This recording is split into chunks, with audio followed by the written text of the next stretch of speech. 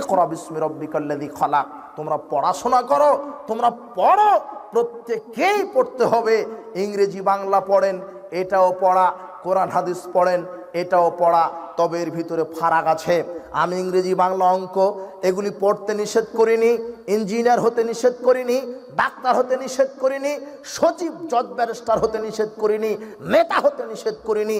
আল্লাহ আগে বলেছেন কোরআন সুন্নাহ শিখতে হবে, কোরআন সুন্নাহর মৌলিক জ্ঞান শিখতে হবে। তারপরে আপনার ছেলেকে র্যাব বানাবেন, পুলিশ বানাবেন, বিডিআর বানাবেন, আর্মি বানাবেন, সচিব বানাবেন, এমপি বানাবেন, মন্ত্রী বানাবেন, ডাক্তার বানাবেন, আপনি নেতা বানাবেন। কোরআন হাদিস শিক্ষা দেওয়ার পরে যদি আপনার ছেলেকে নেতৃত্বের পর্যায়ে নিয়ে যান, আপনার ছেলে যদি কোরআন হাদিস জানে, ঠিক যদি শরীয়ত জেনে নেতৃত্বের মাঠে আসে, ও আর জনগণের টাকা দুর্নীতি করবে না। আপনার ছেলেকে নেতা হতে হবে, নেতা হতে নিষেধ করিনি, নেতৃত্ব দিবে কে? তবে আপনার ছেলেকে আগে কোরআন সুন্নাহ পড়াশোনা করে নেতৃত্বের মাঠে আসতে হবে, নেতৃত্বের চেয়ারে বসতে হবে। মুহাম্মদ সাল্লাল্লাহু আলাইহি ওয়াসাল্লাম বলছেন, আমি বাইনামান নবী সাল্লাল্লাহু আলাইহি ওয়াসাল্লাম ইউহাদ্দিসু, আবু হুরায়রা রাদিয়াল্লাহু আনহু বলছেন, আমি মুহাম্মদ সাল্লাল্লাহু আলাইহি ওয়াসাল্লাম আমি দেখলাম মুহাম্মদ সাল্লাল্লাহু আলাইহি ওয়াসাল্লাম জাতির সামনে বক্তব্য দিচ্ছেন। এই যে আরাবিয়ুন ফাকালা মাতা সাত, এক আরবি লোক, গ্রাম্য মূর্খ লোক এসে বলছেন, আল্লাহর নবী কিয়ামত কবে হবে? তখন রাসূল সাল্লাল্লাহু আলাইহি ওয়াসাল্লাম বলছেন, ইযা দুইয়াতিল আমানাত ফানসারি সাত, যখন 10-এর পয়সা আত্মসাৎ হবে, যখন 10-এর পয়সা আত্মসাৎ হবে, যখন মানুষের ভিতরে খেয়ানত বেড়ে যাবে, সেদিন কিয়ামতের অপেক্ষা করো।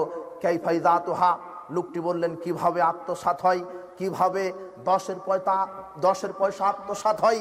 তখন রাসূল সাল্লাল্লাহু আলাইহি ওয়াসাল্লাম বলছেন, ইযা উসিদাল আমরু লিগাইরি আহলিহি, যখন কাজের লোক অযোগ্য ব্যক্তিকে দেওয়া হবে, যখন যোগ্য চেয়ার অযোগ্য লোক বসবে, যখন যোগ্য স্থানে অযোগ্য লোককে নিয়োগ দেওয়া হবে, সেদিন তুমি কিয়ামতের অপেক্ষা করো। মুহাম্মদ সাল্লাল্লাহু আলাইহি ওয়াসাল্লাম বলছেন, এমন একটা সময় আসবে নেতৃত্ব হবে অযোগ্য, আপনার ছেলে নেতৃত্ব দিবে দেশের, তবে তাকে কোরআন সুন্নাহ শরীয়তের জ্ঞান অর্জন করে নেতৃত্ব দিবে। যদি আপনার ছেলে কোরআন সুন্নাহর জ্ঞান অর্জন করে নেতৃত্ব দেয়, তাহলে 10-এর পয়সা মেরে খাবে না, এই জনগণের টাকা দুর্নীতি আত্মসাৎ করবে না। আজকে সারা বাংলাদেশ এই নেতৃত্বের অযোগ্যতার প্রভাবে এক একটা দাগা দুর্নীতিবাজ বাংলাদেশকে দুর্নীতি করে এদেরকে ফতুর করে দিয়েছে। এরা অযোগ্য লোক, আপনি এদেরকে শরীয়ত শিক্ষা দিতে হবে, আপনার ছেলেকে শরীয়ত শিক্ষা দিয়ে তারপরে নেতা বানাতে হবে। আপনি বিশ্বাস করেন, আপনার রংপুর হারাগাছা আজকে একটা গরু চোর ধরা পড়েছে, ও কিন্তু বড় চোর নয়, ও পেটের দায়ে চুরি করেছে। আপনার এই মাহফিলে একটা জুতা চুরি হয়ে গেছে, এ বড় চোর নয়, এ পেটের দায়ে চুরি করেছে। আপনার এই প্রতিষ্ঠান থেকে একটা টিউবওয়েল চুরি হয়েছে, এ বড় চোর নয়, এ ছোট চোর। চোর ঠিক আছে, তবে ছোট চোর পেটের দায়ে চুরি করেছে। তবে বড় চোরকে গরু চোর, ছোট চোর বললাম কেন? ও যদি সারা জীবন গরু চুরি করে, তাহলে 2 কোটি টাকা চুরি করতে পারবে না। কেন? আজকে চুরি করবে, আগামীকাল ধরা পড়বে। কিন্তু আগামীকাল ধরা পড়লে ও ছলে বলে কৌশলে পালিয়ে যেতে পারবে না, ওকে জরিমানা দিতে হবে। ও বড় চোর নয়, ও সারা জীবনে 2 কোটি টাকা চুরি করতে পারবে না। কিন্তু বড় চোর দেখবেন, বড় চোর কাকে বলে? এই বড় চোরগুলি বসে আছে বাংলাদেশের ইনকাম ট্যাক্স অফিসে, ভূমি অফিসে বসে আছে, পাসপোর্ট অফিসে বসে আছে, ইনকাম ট্যাক্স অফিসে বসে আছে, সচিবালয়ে বসে আছে। এই দাগা দুর্নীতিবাজ বাংলাদেশের লক্ষ হাজার কোটি টাকা এসি রুমের ভিতরে বসে কলমের খোঁচা দিয়ে এদেশকে কোটি কোটি টাকা দুর্নীতি করে ফতুর করে দিচ্ছে। আপনি বলেন, এই দেশের একজন নেতা কয় টাকা বেতন পায়? আপনাকে এখানে বলে উঠতে হবে। বাংলাদেশের যিনি সবচাইতে চিফ মিনিস্টার, হোম মিনিস্টার, সবচাইতে যিনি প্রধানমন্ত্রী, তার বেতন হলো 1,15,000, তার চাইতে বেশি হতে পারে। তিনি যদি 1,15,000 টাকা বেতন পান, তাহলে তার নিচে যারা মন্ত্রী আছে তাদের বেতন 80,000, 1 লক্ষ। আমি ধরে নিলাম এদেশের হোম মিনিস্টার 1 লক্ষ টাকা বেতন পায়, এদেশের অমুক মিনিস্টার 1 লক্ষ টাকা বেতন পায়। কে পায়, কোন মন্ত্রী পায়, এটা আমি বলছি না। তবে প্রধানমন্ত্রী যদি 1,15,000 টাকা বেতন পায়, তাহলে নিচের যারা মন্ত্রী আছে তারা 1,80,000 পাবে নাকি? না তার চাইতে বেশি পাবে? জি না। তো আমি ধরে নিলাম যে একটা মন্ত্রী, কোন মন্ত্রী এটা বলছি না, যে কোনো মন্ত্রী, কার বেতন কি? ধরে নিলাম যে 1 লক্ষ টাকা মাসে বেতন পায়, তো 12 মাসে 12 লক্ষ টাকা পায়। তো ও যে নেতৃত্বে যে 6 মাস না যেতেই যে লন্ডনে বাড়ি করলো গো, ও টাকা পেল কোথায়? তার মানে সব দুর্নীতি, চুরি করা টাকা।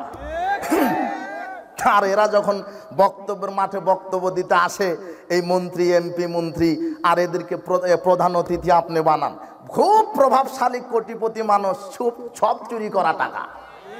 এদেরকে প্রধানমন্ত্রী প্রধান অতিথি বানান। প্রধান অতিথি হয়ে এসে ভাত নিয়ে এসে বলছে, 10 মিনিট বক্তব্য দিয়ে বলছে, হুজুর ব্যস্ত আছি তো খুব, এখন আর বসতে পারছি না, একটু ব্যস্ত আছি, আমি গেলাম, হ্যাঁ দোয়া রাখবেন। হ্যাঁ, ও কিসের ব্যস্ত জানেন? ওর গম ভুট্টা চুরি করা নিয়ে ও ব্যস্ত। ও এখানে 10 মিনিট বসে থাকবে, 10 মিনিটে 5 কোটি টাকা আর চুরি করা হবে। বুঝেননি কথা? এই উপস্থিত বৈঠকের মুসলিম দিনী ভাই বোন, আপনাকে শোনেন, আপনার ছেলেটাই মন্ত্রী হবে, হতেই হবে। আপনার ছেলে কোরআন হাদিস জেনে মন্ত্রী হবে। কোরআন হাদিস জেনে যদি নেতা হয়, তাহলে 1 কোটি কেন, একটা গম চুরি করতে অন্তর কাঁপবে। কেন? মুহাম্মদ সাল্লাল্লাহু আলাইহি সাল্লামকে বলছেন, এই যে একটা গোলাম, এই যে একটা গোলাম আপনাকে দিলাম, আপনার খাদেম, আপনার জুতা পরিষ্কার করে দিবে, গাড়ি মুছে দিবে, অজুর পানি দিবে, এলো আপনার খাদেম। এই মেদাম, এই খাদেমের নাম মেদাম, মেদাম, মেদামকে দিলাম। মেদাম ইয়াহুত্তু রাহালান লি রাসূলিল্লাহ সাল্লাল্লাহু আলাইহি ওয়াসাল্লাম, মেদাম রাসূল সাল্লাল্লাহু আলাইহি ওয়াসাল্লামের হাওদা ঠিক করছিলেন। উটের উপরে একটা হাওদা, যে হাওদাতে বসে রাসূল সাল্লাল্লাহু আলাইহি ওয়াসাল্লাম সফর করেন। হাওদাটা পরিষ্কার করতে করতে আয়রন, হঠাৎ করে একটা তীর এসে বুকে লেগে গেল, শরীরে লেগে গেল। ফাকাতালাহু, মেদাম নামক গোলামটি মারা গেলেন। ফাকালান নাস হানিয়ান লাহুল জান্নাহ, লোকেরা বলল, বাহ, রাসূলের খাদেম জান্নাতে চলে গেল, বাহ, রাসূলের খাদেম জান্নাতে চলে গেল। তখন মুহাম্মদ সাল্লাল্লাহু আলাইহি ওয়াসাল্লাম বলছেন, কাল্লা, কখনো নয়, ইন্না আখাযা ইয়াওমা খায়বারা মিনাল মাগানিম লাম তুসবিহাল মাকাসিম ওয়াল্লাযী নাফসি বিয়াদিহি, শোনো, সেই আল্লাহর কসম করে বলছি, যার হাতে আমার আত্মা রয়েছে, এই আমার খাদেম মেদাম নামক এই গোলামটি খয়বারের যুদ্ধের দিন রাষ্ট্রীয় কোষাগার থেকে, রাষ্ট্রীয় সম্পদ থেকে, জনগণের মাল থেকে একটা চাদর আত্মসাৎ করেছে। লাতাশতাইলু আলাইহি নারান, একটা চাদর আত্মসাৎ করার কারণে আল্লাহ তাকে জাহান্নামে প্রজ্বলিত করছেন। ফালাম্মা সামিয়া জালিকান নাস, যখন এই হাদিসটা জনগণ শুনলো, যা রাজুলুন ইলান নবী সাল্লাল্লাহু আলাইহি ওয়াসাল্লাম শিরাকানা ওয়া শিরাকায়নে, তখন একজন লোক একটা সুতা এনে বলছেন, আল্লাহর নবী, আপনি যে বললেন মেদাম একটা চাদর আত্মসাৎ করেছে, জাহান্নামে চলে গেছে, তো আমি এই যে সুতাটা আমি দুর্নীতি আত্মসাৎ করেছিলাম, এটা 10-এর মাল ছিল, এই যে আমি সুতাটা আমি দুর্নীতি করেছিলাম, আমিও কি জাহান্নামে যাব? মুহাম্মদ সাল্লাল্লাহু আলাইহি ওয়াসাল্লাম বলছেন, শিরাকুম মিন্নার আও শিরাকানে মিন্নারে, একটা সুতা দুর্নীতি করো আর 2টা সুতা দুর্নীতি করো। জনগণের সম্পদ, রাষ্ট্রীয় সম্পদ, সরকারি মাল যদি তুমি 1 টাকা চুরি করো, আত্মসাৎ করো, পরিণাম জাহান্নাম হবে। তাহলে একটা সুতা দুর্নীতি করার কারণে যদি জাহান্নামে যাওয়া লাগে, তাহলে আপনার এই মসজিদের ক্যাশিয়ারের কি হবে? আপনার এই হেফজখানার এই মুহতামিমের কি হবে? আপনার এই প্রতিষ্ঠানের ভাইস চ্যান্সেলরের কি হবে? আপনার এই মাদ্রাসার হেড মাওলানার কি হবে? আপনার মেম্বার, চেয়ারম্যান, এমপি, মন্ত্রীর কি হবে?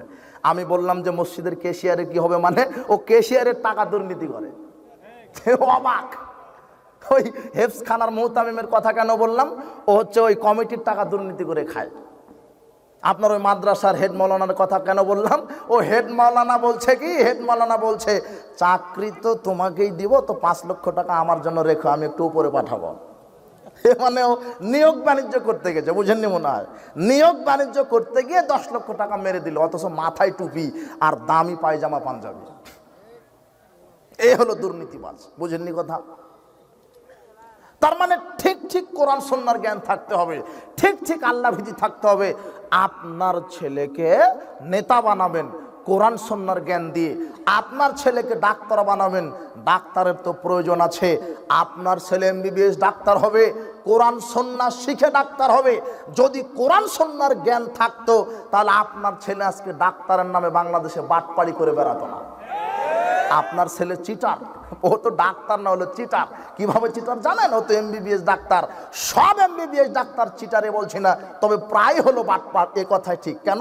দেখো এই ছেলে, দেখো তুমি তোমার বাপকে নিয়ে গেছো ডাক্তারের কাছে, এমবিবিএস ডাক্তার। ও ভালো করেই জানে যে তোমার বাপের টেস্ট দিতে হবে দুইটা, একটা রক্ত পরীক্ষা দিলে হবে আর একটা পায়খানা পরীক্ষা দিলে হবে, রক্ত আর পায়খানা। ও ভালোভাবেই জানে, এক্স রে করে কম্পিউটার করে দেখেছে তোমার বাপের এই অসুখ, কাজেই রক্ত পরীক্ষা করে রক্তের একটু স্টেটমেন্ট করি আর পায়খানা পরীক্ষার করে পেটটা একটু ক্লিয়ার করি। ও ভালোভাবেই জানে যে দুটা পরীক্ষা দিলে তোমার বাপ সুস্থ হবে, কিন্তু আগে অঙ্ক মিলিয়েছে যে দুটা পরীক্ষা দিলে তো বিল হবে 10,000, আরও 6টা যোগ করে দিই। আরো কয়টা যোগ করেছে? এমনিতেই দিয়েছে, পেশাব পরীক্ষা, মাথা পরীক্ষা, রক্ত পরীক্ষা, এমনিতেই ওর লাগবে না। কিন্তু ও আগে হিসাব মিলিয়েছে 8টা যদি দিই তাহলে 5 8 40,000। বুঝনি তুমি? আরো ভালো করে জানে যে তোমার বাপের কোন কোম্পানির ওষুধ লাগবে। ও জানে যে এই কোম্পানির ওষুধ তোমার বাপের এই অসুখের জন্য কার্যকরী বেশি। দুটা কোম্পানি, একটা এ কোম্পানি একটা বি কোম্পানি। তো বি কোম্পানির ওষুধটা তোমার বাপের যে অসুখ সেই অসুখে কার্যকরী বেশি, ও ভালো করেই জানছে ডাক্তার। কিন্তু বি কোম্পানির ওষুধ লিখছে না, লিখছে এ কোম্পানির ওষুধ। কেন জানো? ওই এ কোম্পানির ম্যানেজার তোমার ছেলেকে, তোমার ভাইকে, ওই ডাক্তারকে গু খাইয়ে ছেড়ে দিয়েছে। বলছে যে ডাক্তার সাহেব যে এটা আইফোন আপনার জন্য থাকলো, আইফোন। এরপরে আমরা একটা গাড়ির আপনার ব্যবস্থা করেছি, প্রাইভেট কার দিব আপনার, এমনি ঘুষ, মানে ওটাই যেন বেশি বেশি লেখে। বুঝুননি কথা? ও ডাক্তারের নামে বাটপাড়ি শুরু করেছে। সবাই যে করছে তা নয়, তবে প্রায় হলো এরকম ব্যবসায়ী এরকম ডাকাতি শুরু করেছে ডাক্তারের নামে। তবে বলছি, আপনার ছেলেটা যদি এইটা জানতো, এই হাদিসটা কি, মান গাশানা ফালাইসা মিন্না, রাসূল সাল্লাল্লাহু আলাইহি ওয়াসাল্লাম বলছেন যে ব্যক্তি প্রতারণা করে সে আমার উম্মত নয়, তাহলে এ কিন্তু রোগীর সাথে প্রতারণা করতে পারত। তাহলে আপনার ছেলেকে ডাক্তার বানাবেন আগে কোন শিক্ষা দিয়ে? কোরআন হাদিস। আপনার ছেলেকে নেতা বানাবেন কোন শিক্ষা দিয়ে? কোরআন হাদিস। আপনার ছেলে ইঞ্জিনিয়ার হবে কোন শিক্ষা দিয়ে? কোরআন হাদিস। আপনার ছেলে আইনজীবী হবে, আপনার ছেলে বিসিএস ক্যাডার হবে, কোরআন হাদিসের জ্ঞান আগে দিতে হবে। ইসলামী শিক্ষা, এই শরীয়তের শিক্ষা, তাওহীদ ভিত্তিক, রিসালাত ভিত্তিক, পরকাল ভিত্তিক শিক্ষা ব্যবস্থা চালু করতে হবে। বলছিলাম এই বাংলাদেশের এত আইনজীবী আছে, এত চৌকুশেরা, এক একটা আইনজীবী বাংলাদেশের সংবিধানে কি বিধান আছে, বাংলাদেশের সংবিধানে কোন পাতায় কোন পৃষ্ঠায় কোন সংবিধান আইন আছে এটা তো জানে। ব্রিটেনের সংবিধানের আইন জানা আছে। এদেশের বিশেষ ক্যাডার আছে অনেক, যারা সর্বদিকে শিক্ষিত, আকাশতত্ত্ব, জমিন তত্ত্ব জানে, দেহতত্ত্ব জানে, physics, chemistry, biology, social science, social work সব জানে। একটা আইনজীবী সব আইন জানে, বিসিএস ক্যাডার সব জানে, কিন্তু এই হতভাগা সূরা ফাতিহা শুদ্ধ করে পড়তে জানে না।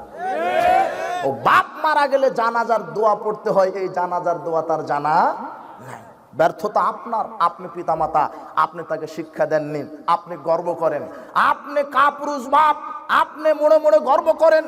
ছেলে একটা পেয়েছি বিসিএস ক্যাডার, ছেলে একটা পেয়েছি ইঞ্জিনিয়ার, ছেলে একটা পেয়েছি খুব বড় চাকরি করে, মাসে 1.5 লক্ষ টাকা বেতন পাই, খুব আপনার গর্ব, গর্বে বুকটা স্ফীত করে দেন। অথচ আপনি কাপুরুষ হয়ে গেছেন কেন?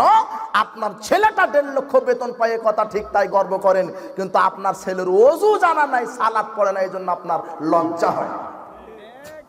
আপনার ছেলে নামাজ পড়েন, এই জন্য আপনার কি হয় না? লজ্জা হয় না, গর্ব করেন। মেয়েটা বিশ্ববিদ্যালয়ে চান্স পেয়েছে, গর্ব করেন।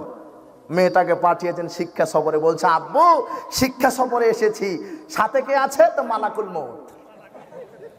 মালাকুল মউত বুঝেন কে? মালাকুল মউত মানে বয়ফ্রেন্ড, হলো বয়ফ্রেন্ড। আর আমি নাম দিয়েছি বাংলাদেশের গার্লফ্রেন্ড, এরা হলো এক একটা ধর্ষক, আর গার্লফ্রেন্ড হলো এরা হলো এক একটা বেশ্যা। বুঝনি তুমি? এক মেয়ের বাপ আমাকে ফোন দিয়ে বলছেন একটা ফতোয়া জিজ্ঞাসা। আমি বললাম আমি তো ফতোয়া দিতে পারি না। তো বলেন কি? তো বলছে যে আমার মেয়েকে তো বিবাহ দিয়েছি, 2 সপ্তাহ হয়নি, তো জামাই বলছে যে আপনার মেয়ে তো 4 মাসের প্রেগনেন্ট, বাচ্চা আছে পেটে। তো আমি তখন বললাম কয়বার শিক্ষা সফরে পাঠিয়েছেন মেয়েকে? আর 31st নাইট কয়বার পালন করেছে আপনার মেয়ে? আর পহেলা বৈশাখ, আর বাংলাদেশে একটা বিশ্ব লুচ্চা দিবস আছে, জানেন না? বলছি কতবার এগুলি করে? তো বলছে, পিতা বলছে বেহিসেব, বেহিসেব। বাংলাদেশে একটা মাস আছে কুকুর জোড়া লাগে, জানেন? হ্যাঁ, কি মাস? তো শয়তান চিন্তা করলো কুকুর যদি জোড়া লাগতে পারে, যুবক যুবতীকে জোড়া লাগায় ছেড়ে দিব। এই জন্য শুরু করে দে বিশ্ব বেশ্যা দিবস। এই দিনে এই নগ্ন বেহায়া বেশরমা যুবক যুবতী জোড়া লাগে আর পেটে বাচ্চা সার্ভিস দিয়ে ছেড়ে দেয়। আগামী 10 বছরে যেগুলি সন্তান জন্মগ্রহণ করবে অধিকাংশ হবে জারজ। আমেরিকা ব্রিটেনের সন্তানেরা সার্টিফিকেটে শুধু মায়ের নাম লিখে। কার নাম? মানে বাসুরের জানা নাই যে কোন ষাঁড়ের বিষেও হয়েছে। বুঝেননি কথা? সারা সমাজ ব্যবস্থাটা নগ্নতা, অবাক কথা। এই খবর পত্রিকায় পড়ো না যে অমুক রাস্তাতে ডাস্টবিনে একটা ছেলেকে ফেলে চলে গেছে? পড়ো না তুমি? ওটা তো একটা খবরে পাওয়া যায়, আরো যে কত গোপনে আছে বোঝনি তুমি? তো ওগুলো কিসের ফসল? এই নগ্নতা বেড়ে গেছে। যদি এই ছেলে মেয়েকে কোরআন সুন্নাহর শিক্ষা দেওয়া হয় তাহলে এরা নগ্নতা থেকে ফিরবে, এরা জাহেলিয়ত থেকে ফিরবে, এরা দুর্নীতি থেকে ফিরবে, এরা সুদ ঘুষ থেকে ফিরবে, এরা গান বাজনা থেকে ফিরবে।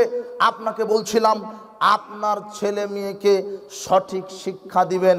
বর্তমান শিক্ষা ব্যবস্থা বাংলাদেশে হাস্যকর ছাড়া কিছুই নয়। বর্তমান শিক্ষা ব্যবস্থা কি? বলছে যে ব্যাঙ লাপানোর মতো লাপাতে হবে। না নেবার ও ব্যাঙ লাপাচ্ছে। তো যারা ব্যাঙের মতো লাপাচ্ছে তারা কিন্তু কেউ ম্যাট্রিক পাস নয়, সবাই কিন্তু এক একটা মাস্টার ডিগ্রি পাস। বোঝেননি তুমি? ও কুলিগিরি কিভাবে করা লাগে ওটা শেখানো হচ্ছে, জঙ্গলে জঙ্গলিরা কিভাবে থাকে ওটা শেখানো হচ্ছে, ডিম কিভাবে ভাজে ভাত রান্না কিভাবে করে ওটা শেখানো হচ্ছে। এরা কত বড় গাধা! একটা মেয়ে ডিম রান্না করবে, ভাত রান্না করবে, ওর জন্য শ্রেষ্ঠ শিক্ষিকা হলো তার মা। কে? মা। এটা পারিবারিক শিক্ষা। স্কুল কলেজে গিয়ে ডিম রান্না করা শিখতে হবে, তার মানে ওগুলো শিক্ষার নামে ভণ্ডামি। ইহুদি খ্রিস্টানের একটা চক্রান্ত। ইহুদি খ্রিস্টান কি বলছে জানো? তোমরা যাতে আমরা বাংলাদেশে গিয়ে বড় বড় বিল্ডিং এর আমরা কি করব, ইঞ্জিনিয়ারিং করব, আর তোমরা আমাদেরকে শুধু ডিম ভেজে ভেজে দিবা। তোমরা হবে কর্মচারী, আমরা হব লিডার। এটা হলো ইহুদি খ্রিস্টানের চক্রান্ত। তুমি সেই চক্রান্তে পা দিয়েছো। মুসলিম জাতিকে তারা চিরদিন গোলাম হিসেবে খাটাবে, তাই জন্য এই কানা দাজ্জাল মার্কা শিক্ষা ব্যবস্থা চালু করেছে শয়তান। অবাক হবেন আপনি। আপনি সচেতন হন। আপনার ছেলে মেয়েকে কোরআন সুন্নাহ শিক্ষা দিতে হবে। আপনার ছেলে মেয়েকে কোরআন সুন্নাহ শিক্ষা দিতে হবে। বর্তমান শিক্ষা ব্যবস্থা এমন, যৌনতাকে উস্কিয়ে দেওয়া হচ্ছে। ক্লাস 6-এর বিজ্ঞান বইয়ে বলা হচ্ছে, 6ষ্ঠ অধ্যায় আপনি খুলবেন, 6ষ্ঠ অধ্যায়ের বিজ্ঞান বই একটা অধ্যায় আছে মানব শরীর। মানব শরীর অধ্যায়ে 6ষ্ঠ শ্রেণীর ছেলে মেয়েকে শেখানো হচ্ছে। আরে শিক্ষক ব্ল্যাকবোর্ডে লিখে শেখাচ্ছে 6ষ্ঠ শ্রেণীর 6ষ্ঠ অধ্যায়ে মানব শরীর অধ্যায়ে লেখা হচ্ছে এইভাবে যে শিক্ষক লিখছে ব্ল্যাকবোর্ডে, এই ছেলেমেয়েরা শোনো, এত থেকে এত বছর বয়সের মেয়েদের স্তন বড় হয়। আরে নগদ শিখেছে, আপনি নাউজুবিল্লাহ বলছেন কেন? ওখানে আপনার ছেলে পড়ে, মেয়ে পড়ে। এত থেকে এত বছর বয়সের মেয়ের কি বড় হয়? স্তন। আরে বইয়ে লেখা আছে, যে লজ্জা পাওয়ার কি আছে? ওটা পড়ছে আর আপনি পিতা মাতা শুনছেন, কাপুরুষ।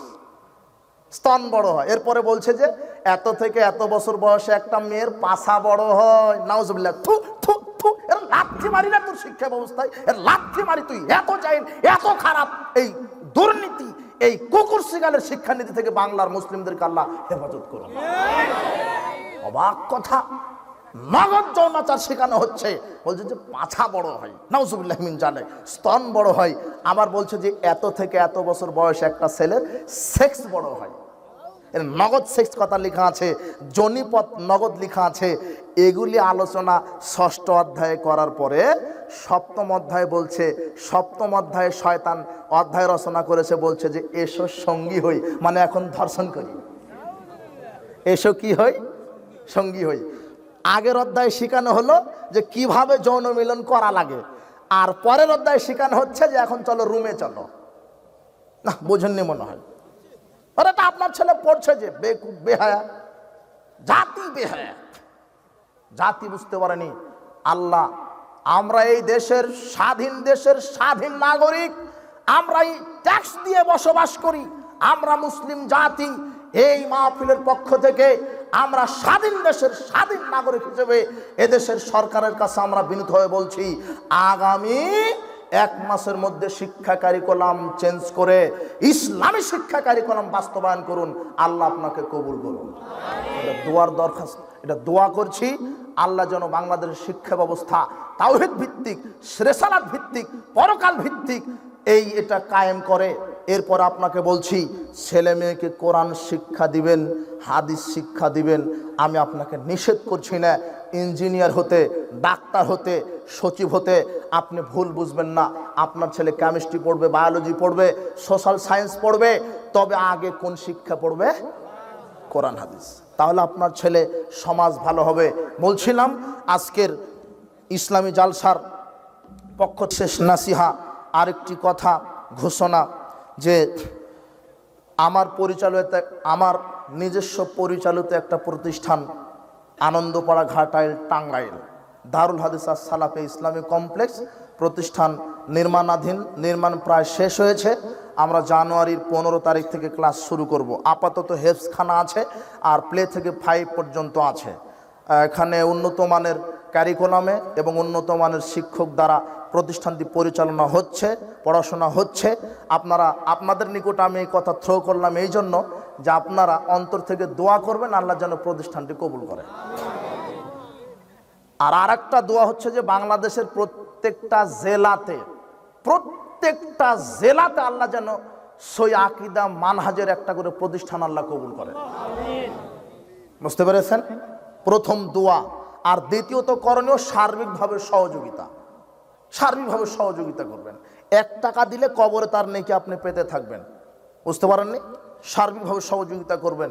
যে কোনো মূল্যে সমাজ সংস্কারের জন্য ইসলামী শিক্ষা বাধ্যতামূলক করতে হবে। বলছিলাম আজকের ইসলামী জালসা থেকে আপনাদেরকে গুরুত্বপূর্ণ নসিহা হিসেবে কয়েকটি কথা।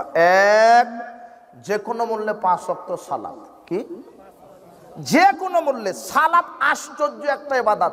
আপনার ওজুর দেখতে চাচ্ছে না, ওজোর আপত্তি দেখতে চাচ্ছে না। বলবেন যে না পানি নাই, তাহলে এখন তার সালাত আদায় করবো না।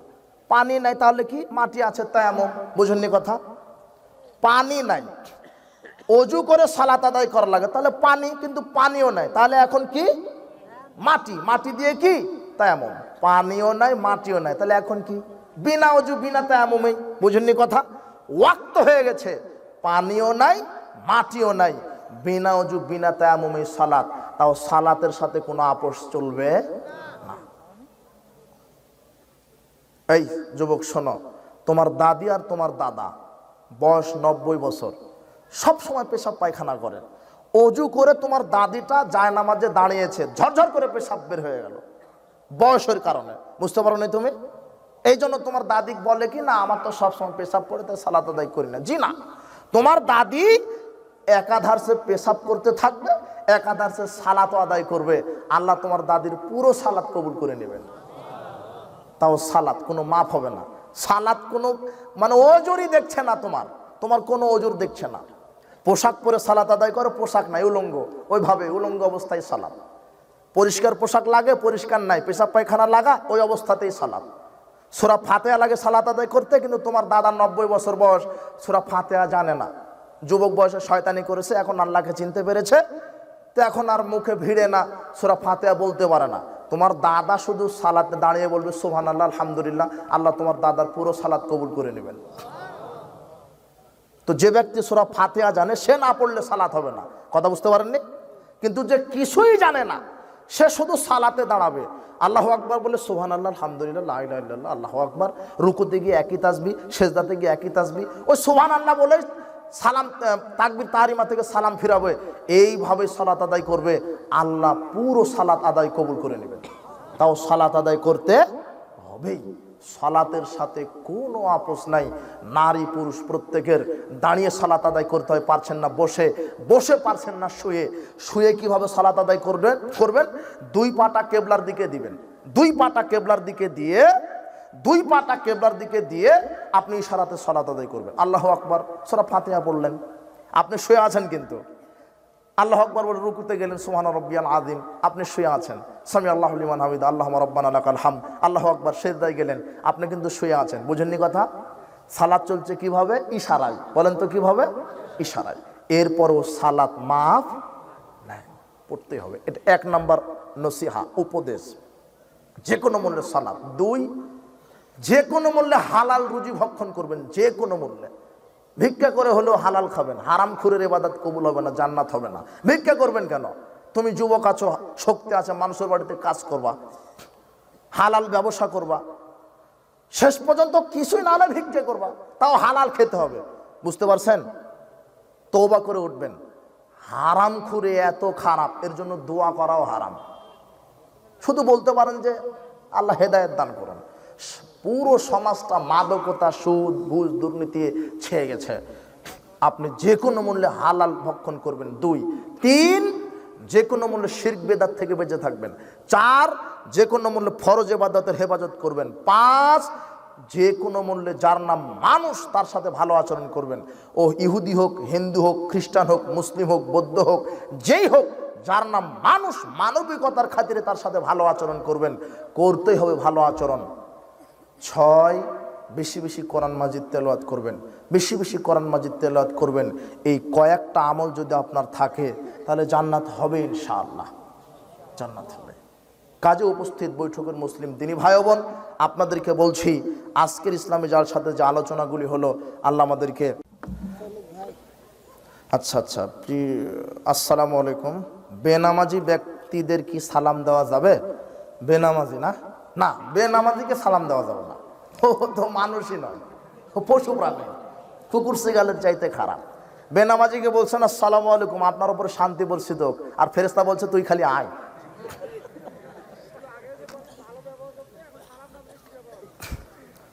ও পিটাবে, বীর্য শুকিয়ে ফেললেন এখনই। ও বলছে কি বেনামাজি? হ্যাঁ, কত নামাজিকে দেখলাম, আমি নামাজ না পড়তে পারি, ওর কি ঠিক আছে?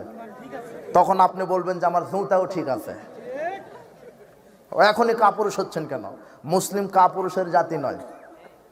বেনামাজির জানাজা নাই, গোসল নাই, ও মানুষই নয় একেবারে। এনে কুকুর পুতার মতো পুঁতে রাখবেন, অতটুকু রাখে কেন? দুর্গন্ধ যেন না আসে। ও 100 টাকা 1 মাস পরে 110 টাকা হয়, এটা ঠিকই জানে। কিভাবে হয়? পচা মাছ কিনা লাগবে না, পোকা কাটা বেগুন কিনা লাগে না, বিয়ে করতে গেলে সুন্দরী বউ খুঁজে, চাকরি করতে গেলে ভালোটা খুঁজে না। আমাদের সময় পাগলামি। বিড়ি সিগারেট খাওয়া ব্যক্তিদের আমার সালাম দিতে মন চায় না। হ্যাঁ, ঠিকই আছে, তো ওদেরকেও সালাম দেওয়া যাবে না। মানে বিড়ি সিগারেট খায়, যখন তার হাতে বিড়ি সিগারেট আছে তখন সালাম দিও না, যখন নাই তখন সালাম দাও। ও নামাজ পড়ে কিন্তু বিড়ি সিগারেট খায়, কিন্তু যখন তার হাতে সিগারেট আছে, বিড়ি আছে, তখন সালাম দেওয়া যাবে না। বুঝতে পারলেন? কিন্তু বিড়ি সিগারেট হাতে নাই তখন দাও। তো যখন তুমি সিগারেট খাচ্ছ আর তুমি সালাম দিচ্ছ, তার মানে আপনি বলছেন হ্যাঁ ঠিক আছে খা। বুঝেননি কথা?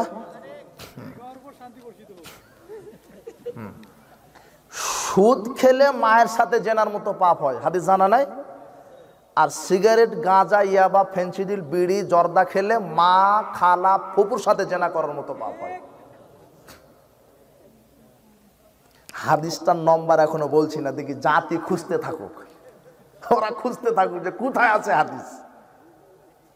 1 টাকা সুদ খেলে 36 বার মায়ের সাথে জেনা করলে যত পাপ হবে, 1 টাকা সুদ খেলে তার চাইতে বেশি পাপ। শুধু জেনার খাতিরে শুধু মায়ের সাথে জেনা করলে যে পাপ হয়, সুদ খেলে সেই পাপ হবে। কিন্তু সুদের চাইতে মাদকতা আরো বেশি সিরিয়াস। ও মদ পান করছে, ও 3 জন নারীর সাথে জেনা করছে। কয়জন? শুধু মা নয়, মা, খালা, ফুপু।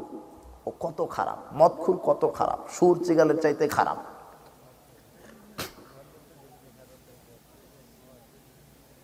যে আপনি মাঠে গেছেন গরু চড়াতে, মাঠে কি গেছেন? গরু নিয়ে গেছেন। ও দেখবেন যে গরু ঘাস খাচ্ছে, ছাগলে ঘাস খাচ্ছে। ছাগলটা ঘাস খেতে খেতে খেতে খেতে এমন একটা ঘাস সামনে এসেছে, উর্বর, এরকম ঘাস পাওয়া যায় না, উর্বর হয়ে আছে, সতেজ হয়ে আছে, ফ্রেশ হয়ে আছে, ওটা আর খায় না। হিসাবে তো ওটাই খাওয়া উচিত ছিল নাকি? কিন্তু ওটাই খাচ্ছে না কেন? নিচে কি আছে? গোবর আছে, গোবর। গোবরের উর্বরতায় তো ঘাস উর্বর হয়েছে, তাই না? ছাগলের হুঁশ আছে যে এটা খুবই অপবিত্র। আর এই জর্দাখোর, সিগারেটখোর, এদের হুঁশ নেই, এরা ছাগলের চাইতে খারাপ। এই যুবক, তোমার পকেটে এখনই সিগারেট আছে, তুমি খাও সিগারেট, তোমার বাপ খায় বিড়ি, আর তোমার দাদা খায় জর্দা, আর তোমার মসজিদের হুজুর তো মারে জর্দা। ও তো মারে। এই দুদিন আগে, এক সপ্তাহ আগে কুষ্টিয়া গেছিলাম। তো কুষ্টিয়া যাওয়ার সময়তে আপনার এইদিকে মন নীলফামারী রংপুরে কিছু জায়গাতে তামাক চাষ হয়, তাই না? হ্যাঁ, এরই কিছু কিছু হয়। আমরা রাজশাহী যেমন একর একর জমিতে ধান চাষ করি, তো ওরা কুষ্টিয়ার ওরা একর একর জমিতে তামাক চাষ করে। ওই তামাক থেকেই জর্দা, তামাক থেকেই বিড়ির মশলা, সিগারেটের মশলা, বুঝেন কিছু? তো আমি জিজ্ঞাসা করলাম কি ব্যাপার, এত দামি ফসল, 8,000 টাকা মন, 40 কেজির দাম 8,000 টাকা। তো আপনারা কোনো পরিচর্যা নাই, আগাছা পড়ে আছে, ওষুধ দেন না, বেড়া দেন না, বেড়া বুঝেন তো, ঘেরাও। আমরা পটল বেগুন চাষ করি, বেড়া দেই না, কেন দিই? তো ওরা বলছে যে না হুজুর, এটা বেড়া দেওয়ার কোনো প্রয়োজন নাই, এটা গরুয়ে খায় না, ছাগলে খায় না, তারপরে কি বানরে খায় না, শুকরে খায় না। তা আমি বললাম শুয়োরে খায় না, তো শুয়োরেও খায় না। তা আমি বললাম সর্বনাশ, যেটা শুয়োরে খায় না সেটা বাংলাদেশের হুজুররা খায় আর বলে মকরু, বুঝলেন? তখন আমি এখন থেকে বলি, যাই যুবক শোনো, এখনই তোমার পকেটে হাত দাও, সিগারেট আছে দেখো, আর তোমার বাপের ওই কোমরে বিড়ি গোঁজা আছে দেখো, তোমার বাপ বেটা রাস্তায় দাঁড়াবা, তোমার বাপ বেটায় রাস্তায় দাঁড়াবা, সিগারেট নিবে তুমি সিগারেট হাতে, আর তোমার বাপ বিড়ি হাতে নেবে। তুমি তো সিগারেটই খাবা, যেহেতু তোমার ডিগ্রি একটু বেশি। আর বর্তমান সমাজে সবচাইতে দামি সিগারেট ওই ব্যক্তির যার সার্টিফিকেট যত বড়। ও বলছে কি জানেন, আমি ঢাকা বিশ্ববিদ্যালয় থেকে ইংরেজি মাস্টার্স করেছি, এই বিড়ি খাওয়ার জন্য আমি সুইচ খাবো, বেঞ্চন খাবো। বুঝেননি কথা? ওর পকেটে সুইচ আছে। তো তোমাকে বলছি, তুমি তো মাস্টার ডিগ্রি পাস, ওই যে সিগারেট নিয়ে দাঁড়াও তুমি ওখানে, আর তোমার বাপকে দাঁড়ায় দাও বিড়ি নিয়ে, আর তোমার মসজিদের হুজুরকে জর্দা নিয়ে দাঁড়িয়ে দেবা। 3 জনে তোমরা দাঁড়াবা, কুকুরের জন্য অপেক্ষা করবা। কার জন্য? কুকুর যখন আসবে তখন ওকে সালাম দিয়ে বলবা যে তুই খাতো, ও দেখবে যে তুই মুখের উপরে পেশাব করে দিয়ে চলে যাবে। তো যেটা কুকুরে খায় না তোমরা সেটা বাপ বেটার হুজুর মিলে খাচ্ছ, তোমরা লজ্জা হয় না? এটা তো অপবিত্রটা খুবই, সেটা হালাল হারাম পরে। আর একজন মূর্তি মুফতি নয়, ও তো ফতোয়া মারে দিছে যে জর্দা যে হারাম, এটা কোরআনে নাকি লিখা নাই, ফতোয়া মারে দিছে। ফতোয়া দিয়ে গাঁজার ব্যবসা চালু করে রেখেছে, ওদিকে তাবিজের ব্যবসা ঠিকই চালু করে রেখেছে শয়তানেরা। আল্লাহ এদেরকে হেদায়েত দান করুন।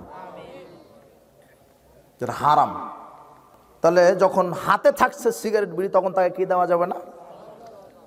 বর্তমান তো ভোটের সিজন চলতেছে, আমাদের সমাজে প্রচলিত রয়েছে যে মসজিদে এসে নামাজের পর দাঁড়িয়ে প্রার্থীগণ ভোট চায়। এটি কি জায়েজ? তুমি বলো জায়েজ না না জায়েজ? চরমনাইদের আয়োজনে ফিলিস্তিনদের নিয়ে যে সেমিনার অনুষ্ঠিত হয়, সেখানে আহলে হাদিসদের দাওয়াত না দেওয়ার কারণ কি?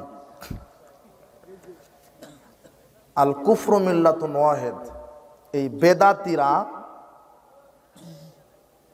যত বেদাতি আছে সবার পাশা এক জায়গাতে। রসুন বুঝেন? রসুন বুঝেন না? রসুনের কি ওগুলা বলেন? কোয়া থাকে চারিদিকে, কিন্তু পাশা। চরমনাই বলেন, আটরশি বলেন, সরসিনা বলেন, একজনে গাঁজা খায়, একজনে জিকিরের নামে দেহ ব্যবসা করে, আর সবাই একত্রে হয়েছে। তার প্রমাণ হয় যে আহলে হাদিস ব্যতীত যত দল পৃথিবীতে আছে সব শয়তানি দল। একমাত্র সঠিক আকীদা মানহাজ, সঠিক দল হচ্ছে আহলুল হাদিস। ওরা স্মরণ নেয় আমাদেরকে দাওয়াত দেওয়ার। কেন জানেন? বাপরে বাপ, ওদেরকে দাওয়াত দেওয়া যাবে না। কেন? শয়তানের ভিতরে আল্লাহ অপবিত্র, ভিতরে পবিত্র জিনিস ঢুকায় না। তবে আলহামদুলিল্লাহ দোয়া করছি, ইনশাআল্লাহ আহলে সুন্নাত ওয়াল জামাত আকীদা মানহাজের যত আলেম আছে, জমিয়ত, আন্দোলন, যুব সংঘ, সোবান, ইনশাআল্লাহ আমরাও একই প্ল্যাটফর্মে আসবো ইনশাআল্লাহ। আপনারা দোয়া করবেন। এই ব্যবস্থা আমাদের চলছে, বেশি বেশি আপনাদের দোয়া। আল্লাহ যেন দোয়া করে আমাদেরকে ইহুদিদের দালাল বলে। সাহস কথা, তুমি খালি মরো, দালালকে তোমাকে সেলুট কিভাবে মারা লাগে তুমি বুঝো। ইহুদিদের দালাল, আমি কোথায় দালালি করলাম? প্রত্যেকটা বক্তব্যের শেষে, জুমার সালাতের শেষে আমরা কুনুতে নাজালা পড়েছি এই ইহুদিদের বিরুদ্ধে, পড়িনি? আল্লাহ ইহুদি সাম্রাজ্যবাদী সন্ত্রাসবাদীকে ধ্বংস করুন, ফিলিস্তিন মজলুম মুসলিমকে আল্লাহ হেফাজতে রাখুন।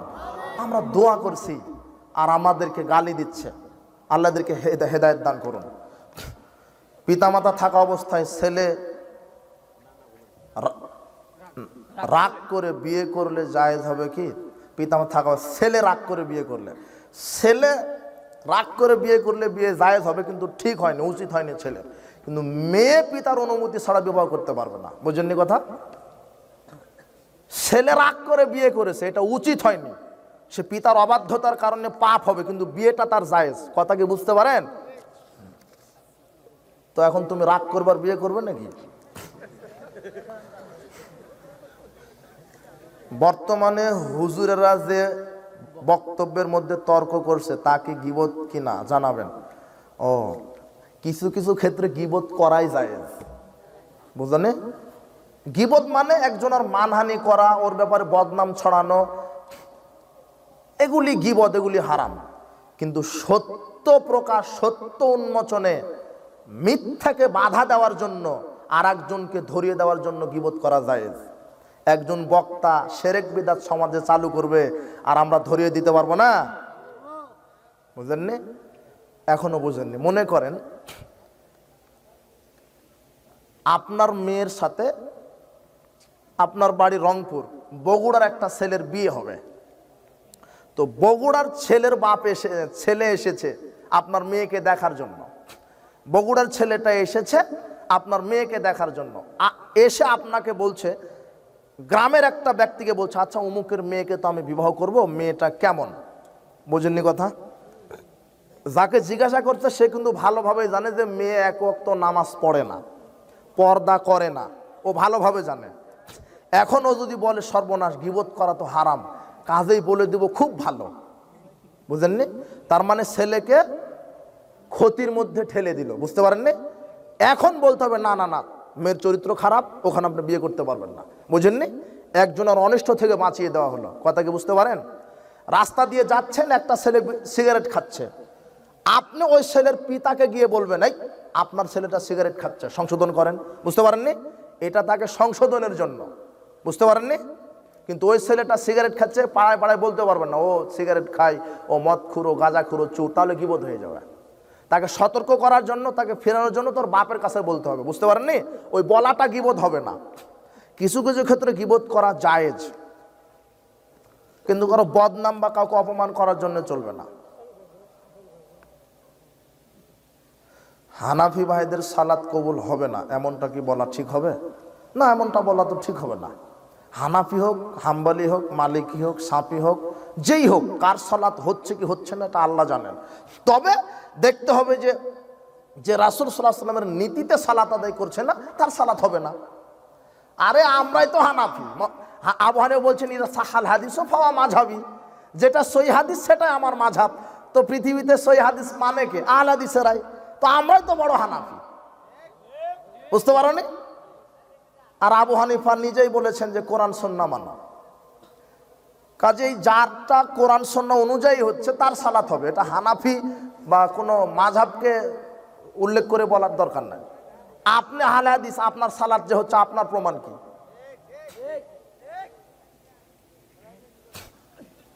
দেখতে হবে হানাফি যেই হোক, ওর সালাতটা যদি রাসূল সাল্লাল্লাহু আলাইহি ওয়াসাল্লামের তরিকাতে হয়, হয়ে যাবে। বাংলাদেশের এক বিখ্যাত মুফতি বলেছেন তামাকজাত দ্রব্য হারাম হওয়ার কোনো দলিল নেই। মুফতি কেন, মূর্তি বললাম না? আমি তো বলে দিছি, এলো মূর্তি। ও জর্দার ফতোয়া দিয়ে বাংলাদেশে মদখুরদের ব্যবসা চালু করে রেখেছে, তাবিজের ফতোয়া দিয়ে কবর মাজার পূজাও চালু করে রেখেছে। বুঝলেন? এগুলি খাওয়া, তাই এগুলি খাওয়া হারাম, এ ব্যাপারে ইসলামের বিধান কি? মানে ও বলেছে যে জর্দা যে হারাম, এটা তো কোরআনে নাই, তাই না? এই জন্য হালাল। তো কুকুর হারাম, এটাও তো কোরআনে নাই। কুকুর যে হারাম এটা কোরআনে, তাহলে কুকুর হালাল, ওকে দাওয়াত দিয়ে কুকুর মেরে দিবেন। জি, আল্লাহ আমাদেরকে ক্ষমা করুন। উপস্থিত বৈঠকের মুসলিম দিনী ভাই বোন যাদের পিতামাতা মারা গেছেন, কবর